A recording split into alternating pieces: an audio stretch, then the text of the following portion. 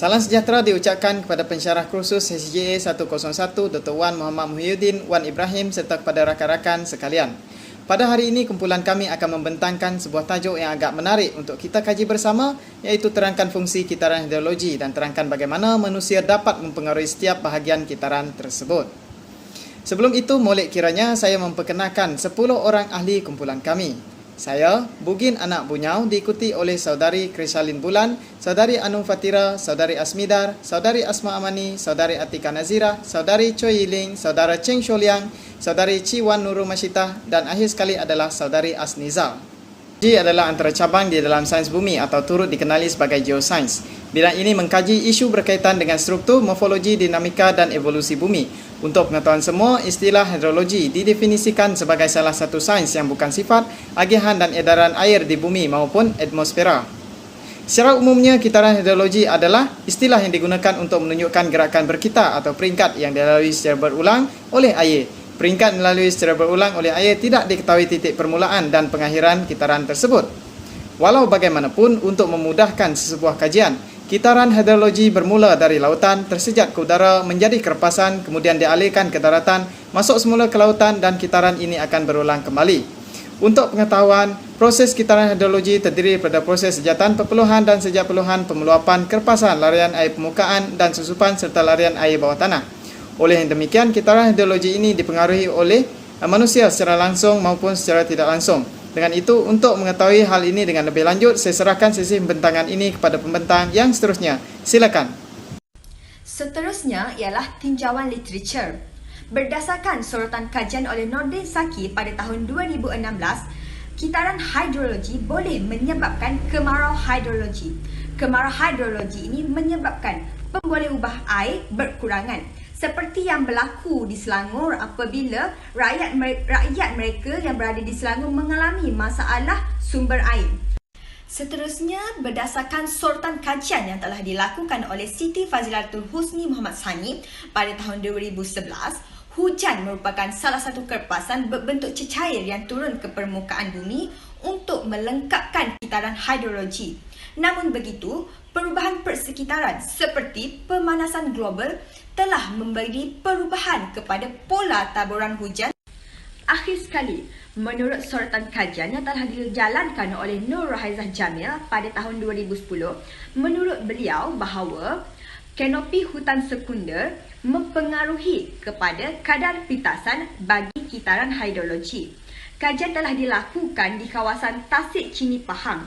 Berdasarkan kajian tersebut, jelaslah menunjukkan bahawa peranan kanopi hutan ini telah mempengaruhi kepada kitaran hidrologi dari segi pembahagian air daratan, sejat peluhan dan juga pemeluapan. Assalamualaikum dan salam sejahtera. Saya Atika Nazira binti Mustafa, nombor kametrik 146683. Okey, sekarang saya akan menyambung perbentangan, iaitu saya akan membentangkan tentang fungsi kitaran hidrologi. Seperti yang kita ketahui, kitaran hidrologi terbagi pada dua, iaitu proses menegak dan juga proses mendatar. Proses menegak yang pertama adalah proses sejatan. Proses ini melibatkan pertukaran air daripada bentuk cecair kepada bentuk uap. Proses ini memerlukan tenaga haba yang mencukupi untuk memanaskan permukaan air. Seperti contohnya adalah seperti air laut, sungai, tasik dan kolam. Yang kedua adalah proses perpeluhan, yang merupakan satu proses yang melibatkan kehilangan air ke atmosfera melalui liang-liang stoma daun. Ianya juga dikenali sebagai sejat peluhan atau transpirasi. Selain itu, air tanah juga boleh tersejat ke atmosfera melalui liang-liang pori tanah.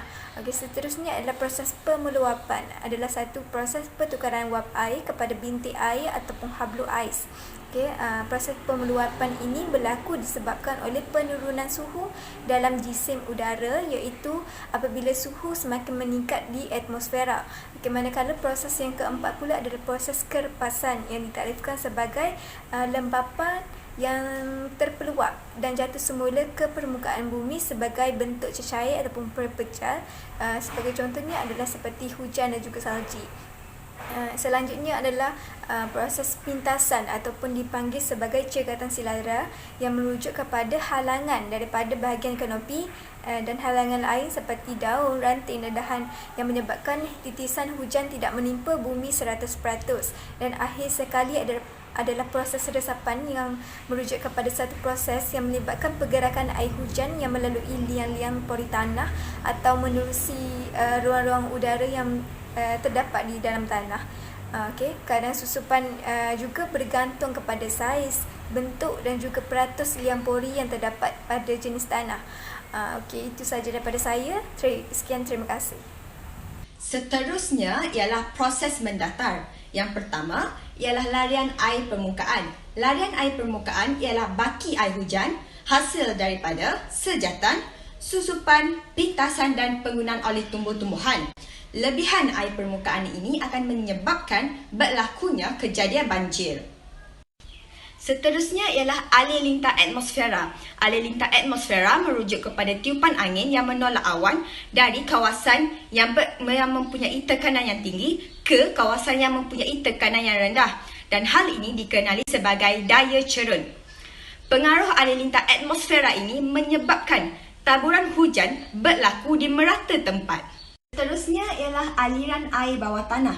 Aliran air bawah tanah berlaku hasil daripada resapan dan susupan air hujan ke dalam tanah.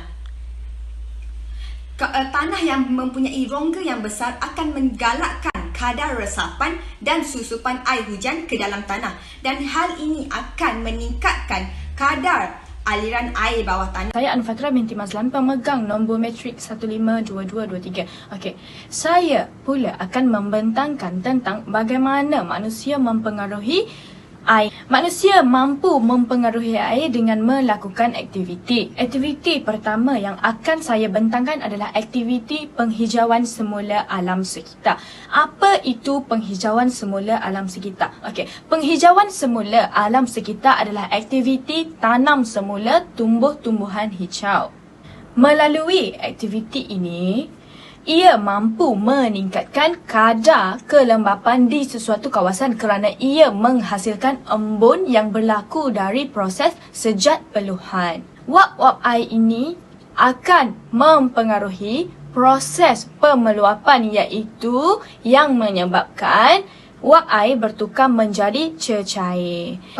Baiklah. Seterusnya, aktiviti yang kedua pula adalah aktiviti pembinaan, iaitu pembinaan taman tema air. Dengan adanya taman tema air, ia mampu menambahkan kawasan takungan air atau kawasan tadahan air di sesuatu kawasan, yang ia juga akan menyebabkan kadar kelembapan udara meningkat sekaligus meningkatkan lagi proses kitaran hidrologi. Hal ini mampu mendorong kepada berlakunya proses sejatan yang menukarkan cecair kepada wap air ataupun gas. Ia juga mampu meningkatkan kadar kelembapan udara atau meningkatkan wap-wap air di udara sehingga menyebabkan berlakunya proses pemeluapan. Proses-proses ini akan berlaku berulang-ulang secara berterusan sehingga membentuk awan cumulonimbus dan menurunkan kerpasan ke permukaan bumi. Itu sahaja daripada saya. Saya menyerahkan pembentangan ini kepada rakan pembentang saya yang seterusnya. Salam sejahtera. Nama saya Chen Shaoliang dengan nombor matrik 151568 akan membentangkan aktiviti yang ketiga, iaitu aktiviti pembalakan dan penghutanan.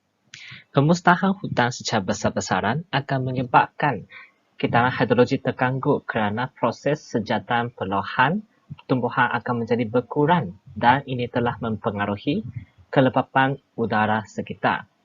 Iaitu kelembapan udara sekitar akan menjadi rendah ataupun udara akan menjadi kering. Dan kelembapan udara yang rendah ini akan mengganggu proses pemeluapan dan kepasan hujan. Hal ini kerana kelembapan udara yang rendah akan menyebabkan kepasan hujan jarang berlaku. Dan ini juga mengurangkan proses pintasan tumbuhan, susupan dan juga air bawah tanah akan menjadi semakin berkurangan. Bukan itu sahaja, aktiviti pembadaran juga telah mempengaruhi proses kitaran hidrologi. Hal ini kerana Pembadaran telah melibatkan aktiviti penurapan muka bumi dengan tar ataupun bitumen. Apabila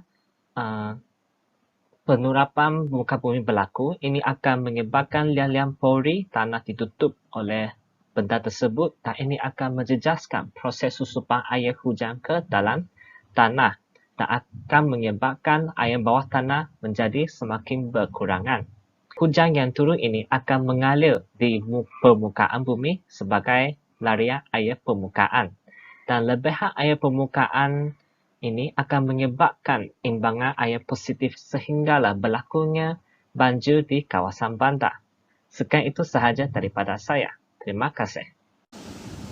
Terima kasih rakan pembentang. Kesimpulannya, kitaran hidrologi merupakan satu kitaran yang sangat penting untuk ekosistem di bumi sama ada untuk manusia, hewan dan tumbuhan. Setiap proses dalam kitaran hidrologi mempengaruhi ekosistem sedia ada di bumi. Merujuk kepada hal tersebut dapat kita lihat betapa pentingnya kitaran hidrologi yang stabil, selamat dan bersih khasnya untuk kegunaan harian manusia bagi meneruskan hidup. Kecuaian, ketamakan dan kerakusan manusia mengejar teknologi sehingga mengganggu kitaran hidrologi seharusnya dielakkan daripada terus berlaku. Manusia seharusnya memupuk sifat bertanggungjawab untuk memastikan kitaran hidrologi bersih dan sihat. Hal ini supaya bekalan air bersih mencukupi untuk kegunaan masa kini dan generasi yang akan datang dan memastikan keseimbangan ekosistem sentiasa terjaga. Setakat ini saja pembentangan daripada kumpulan kami. Sekian, terima kasih.